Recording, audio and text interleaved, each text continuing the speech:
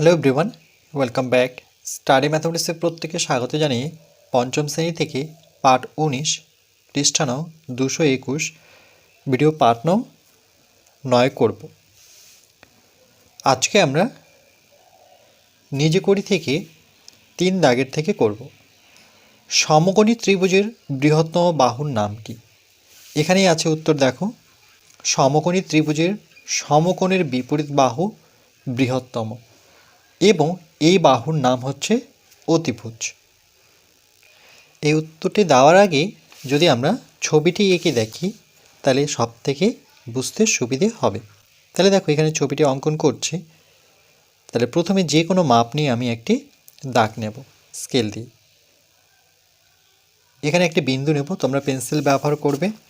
নেওয়ার পর যেহেতু সমকোণী ত্রিভুজ, আর সমকোণ কথার অর্থ হচ্ছে 90 ডিগ্রি, একটি কোণ 90 ডিগ্রি হতে হবে। তাহলে এখানে আমরা 90 ডিগ্রি চাঁদার সাহায্যে মেপে নেব। চাঁদার যে ভূমিকেন্দ্র এখানে মেশাতে হবে, আর চাঁদার ভূমিরেখা এই রেখার সাথে মেশাতে হবে।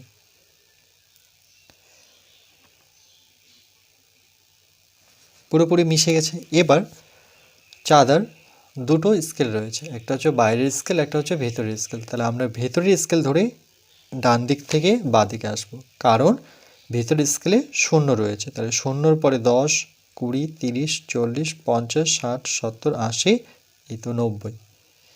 90 সোজা করে আমরা একটা বিন্দু নেব। এবার স্কেল দিয়ে বা চাঁদার এক ধার দিয়ে আমরা সেই বিন্দু আর এখানকার যে এই বিন্দুটি আছে এই বিন্দু এটা যুক্ত করব। তাহলে এখানে যে কোণটি উৎপন্ন করলো সেটি হচ্ছে 90 ডিগ্রি। এবার এখানে একটি বিন্দু আর এখানে একটি বিন্দু নিয়ে আমরা স্কেল দিয়ে বা চাঁদার ধার দিয়ে আমরা এটাকে যুক্ত করব। তাহলে এই ত্রিভুজটার নাম হচ্ছে সমকোণী ত্রিভুজ। এই সমকোণী ত্রিভুজের বৃহত্তম বাহুর নাম, অর্থাৎ যদি আমি নাম দিই, এই বিন্দুর নাম দিয়ে দিলাম এ, এই বিন্দুর নাম দিয়ে দিই বি, আর এই বিন্দুর নাম দিয়ে দিলাম সি। তাহলে বৃহত্তম বাহু কোনটা? বাহু বড় মনে হচ্ছে, দেখো এটা, আর এই দুটো বাহু কিন্তু ছোট। কেমন করে? আমি যদি স্কেল দিয়েও মেপে দেখি তাহলে কি করে মাপতে হয়, দেখো, 0তে বসাবো, 0 থেকে মাপ যোগ করতে হয়। আর এটা হচ্ছে 4-এর পরে 0.1, 2, 3, 4, 5, মানে 4.5 সেমি। আবার এসি যদি মাপ যোগ করি সেটা হচ্ছে 6, 6.1, 6.2, 6.3, 6.4, 6.5, 6.6, 6.6 সেমি। এরপর যদি আমরা বিসি মাপ যোগ করি তাহলে সেটা হচ্ছে 4.5-এর ঠিক আগে, তাহলে 4.9। তাহলে সব থেকে বড় কোণটা সেটা হচ্ছে 6.6। তাহলে এভাবেও মাপযোগ করে দেখালাম, কিন্তু মনে রাখবে যে সমকোণী ত্রিভুজের বৃহত্তম বাহু সবসময় অতিভুজই হয়। যেখানে 90 ডিগ্রি থাকবে তার বিপরীত দিকে বৃহত্তম বাহুটি থাকবে। যেমন পেনের শীষটি দেখো, এই 90 ডিগ্রির ঠিক বিপরীতে আছে, তাহলে এসি হচ্ছে তার বৃহত্তম বাহু। তাহলে সমকোণী ত্রিভুজের বৃহত্তম বাহুর নাম হচ্ছে অতিভুজ। তাহলে উত্তরটি আমরা এভাবে লিখব।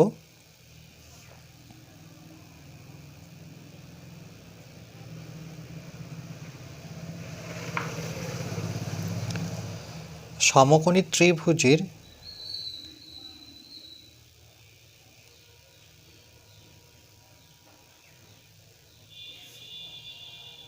বৃহত্তম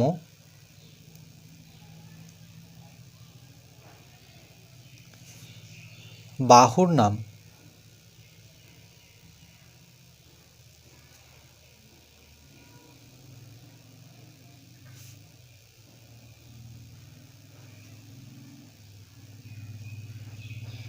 হচ্ছে অতিভুজ।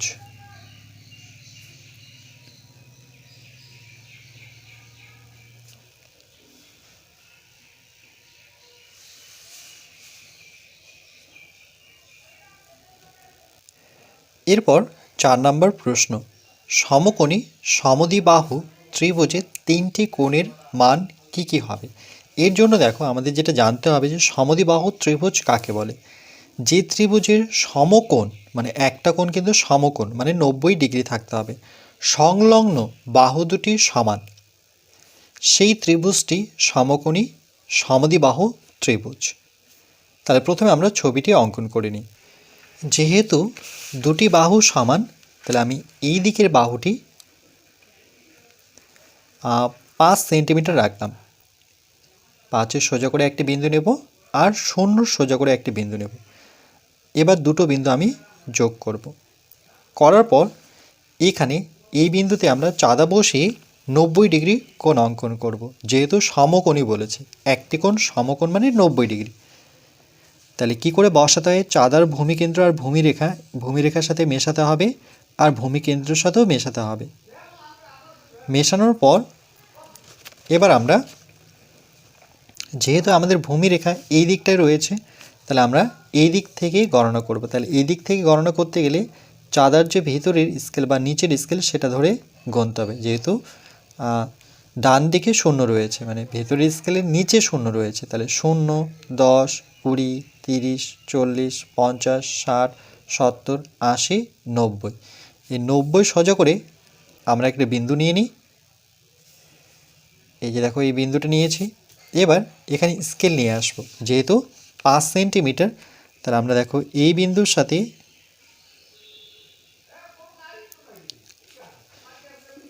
এই 1 থেকে 0 থেকে এটাকে আমরা যুক্ত করব, যেহেতু 0 এখানেই রয়েছে। এটা আর একটু নিচে দিকে করতে হতো। এবার এটাকে আমরা যুক্ত করে দিই, এই দুটো বিন্দুকে এভাবে যুক্ত করে নিই। করার পর এবার এখানে যে কোণটি উৎপন্ন করলো সেই কোণটি হচ্ছে 90 ডিগ্রি। এবার যদি নাম দিই, এখানে ধরো এই বিন্দুটার নাম দিলাম পি, এখানে কিউ, এখানে আর, পি কিউ আর। আর এটা কত সেন্টিমিটার, এটা হচ্ছে 5 সেন্টিমিটার মানে 5 সেমি। তাহলে এ পাশটা 5 সেমি হলে এ পাশটাও 5 সেমি, 5 সেমি। একই মাপ কেন, তার কারণ দেখো যে ত্রিভুজের সমকোণ সংলগ্ন, সমকোণটা কোথায়, এখানে। তাহলে এই দুটো বাহু, যে দুটো বাহু এসে এই বিন্দুতে মিলেছে সেটাই হচ্ছে সমকোণ সংলগ্ন, কারণ এই দুটো বাহু মিলে এখানে 90 ডিগ্রি কোণ উৎপন্ন করেছে। তাহলে সমকোণ সংলগ্ন বাহু দুটি সমান, এটা 5 সেন্টিমিটার, এটা 5 সেন্টিমিটার। এটা 5-এর সাথে এটা কিন্তু করব না, কেন কি যে দুটো বাহু যেখানে যুক্ত হয়েছে সেখানে 90 ডিগ্রি দেখাতে হবে। তাহলে এখানে যেটা জানলাম যে সমকোণ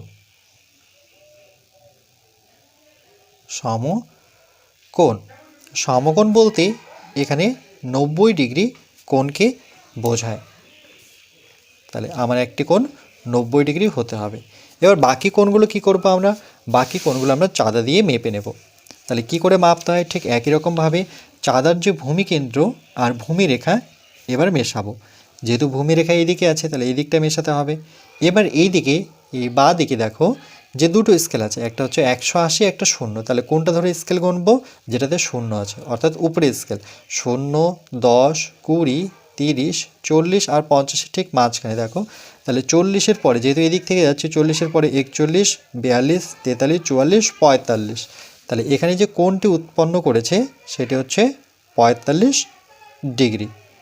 এটা 45 হলে এটাও 45 হবে। কি করে দেখো, আমি যদি মেপে দেখাই, তাহলে এবার চাঁদাটি এভাবে বসাবো আর ভূমিরেখায় এটাকে নেব, যেখানে 0 আর 180 আছে। এবার 0 ভিতরে স্কেল আছে, তাহলে 0, 10, 20, 30, 40 আর 50-এর মাঝখানে, তাহলে এই যে কোণটি পেলাম এটি হচ্ছে 45 ডিগ্রি। তাহলে এটা 45, এটা 45, তাহলে কোণ তিনটি কি, একটা 90 আর বাকি দুটো 45। তাহলে উত্তরটি এভাবে লিখব যে সুতরাং সমকোণী সমদ্বিবাহু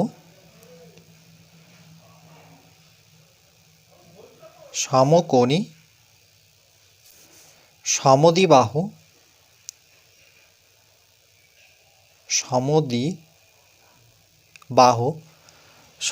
সমদ্বিবাহু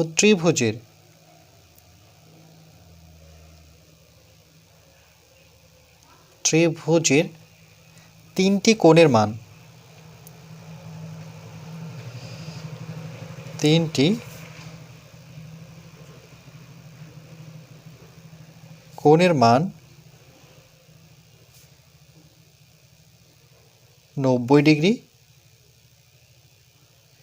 45 ডিগ্রি, 45 ডিগ্রি, 90, 45, 45।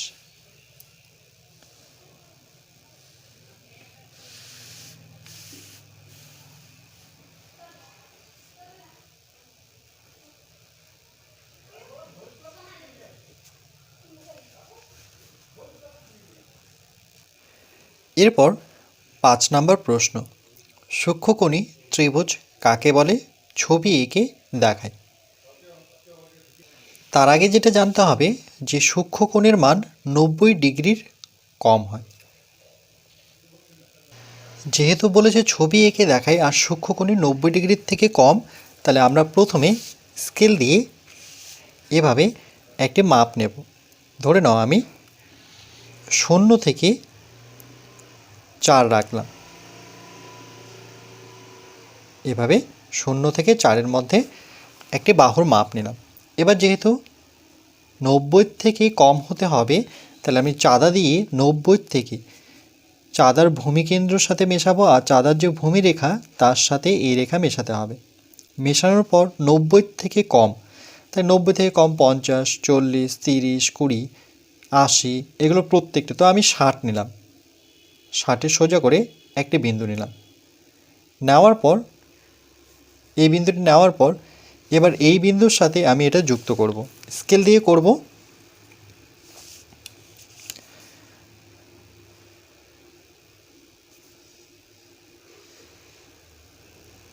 স্কেল বসে এই বিন্দু আর এই বিন্দু, তাহলে আমি 1, 2, 3, 4 আমি এভাবে মনে মনে হিসেব করে এখান থেকে টানলাম। এবার এখানেও ঠিক আমরা এই কোণটি কত, 60 ডিগ্রি সূক্ষ্মকোণ। ঠিক একইভাবে চাঁদা এই বিন্দুতে বসাবো, বসে চাঁদার যে ভূমিকেন্দ্র আর ভূমিরেখা সেটা পুরোপুরি মেশাতে হবে। ঠিক একইভাবে এটা 60 নিয়েছি, তো এটা 30 নিতে পারি, তো আমি 60ই রাখছি। আমি 60-এ সোজা করে এবার দেখো, যেহেতু এই দিক থেকে আসছে বাঁ দিক থেকে, তখন কিন্তু বাইরের যে উপরের স্কেল আছে সেটা ধরে আসতে হবে, কারণ উপরের স্কেলে 0 আছে। তাহলে 0, 10, 20, 30, 40, 50, 60, তাহলে 60-এর সোজা করে একটি বিন্দু নেব। নেওয়ার পর সেই বিন্দু আর এই 6-এর এই বিন্দু আমরা যোগ করব।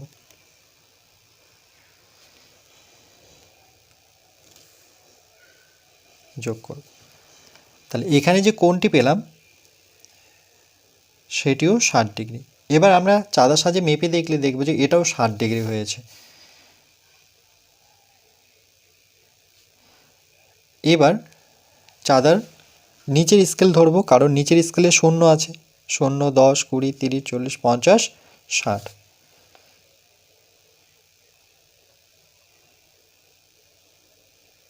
কোণটি হচ্ছে 60 ডিগ্রি। তাহলে এইটা হচ্ছে শীর্ষবিন্দু, এই শীর্ষবিন্দুর নাম দিয়ে দিই এ, এখানে একটি শীর্ষবিন্দু, এই শীর্ষবিন্দুর নাম দিলাম বি, এখানে একটি শীর্ষবিন্দু, এই শীর্ষবিন্দুর নাম দিলাম সি। তাহলে সংজ্ঞাটি এরকম হবে যে সুতরাং ছবি এঁকে দেখাই সেটা দেখালাম। এবার আমরা লিখব যে ত্রিভুজের প্রতিটি কোণের মান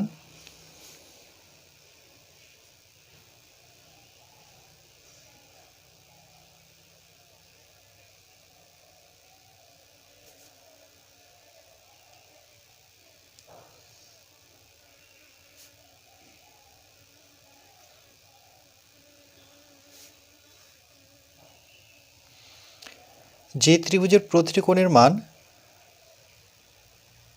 90 ডিগ্রি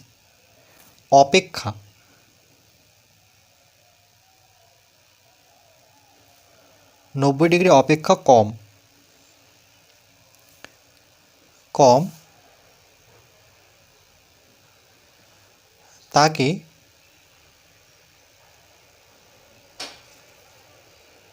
সূক্ষ্মকোণী ত্রিভুজ বলে।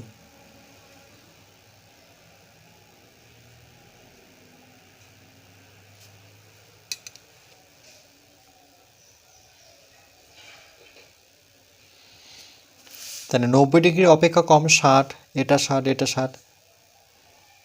তারপর 90 থেকে ছোট 30 হতে পারে, 50 হতে পারে। কিন্তু মনে রাখবি এখানে 3টি কোণের সমষ্টি কিন্তু 180 হতে হবে। যেমন 60 60 যোগ করলে 120, 120-র সাথে 60 যোগ করলে 180। তাহলে এই নিয়মটা কিন্তু বজায় রাখতে হবে।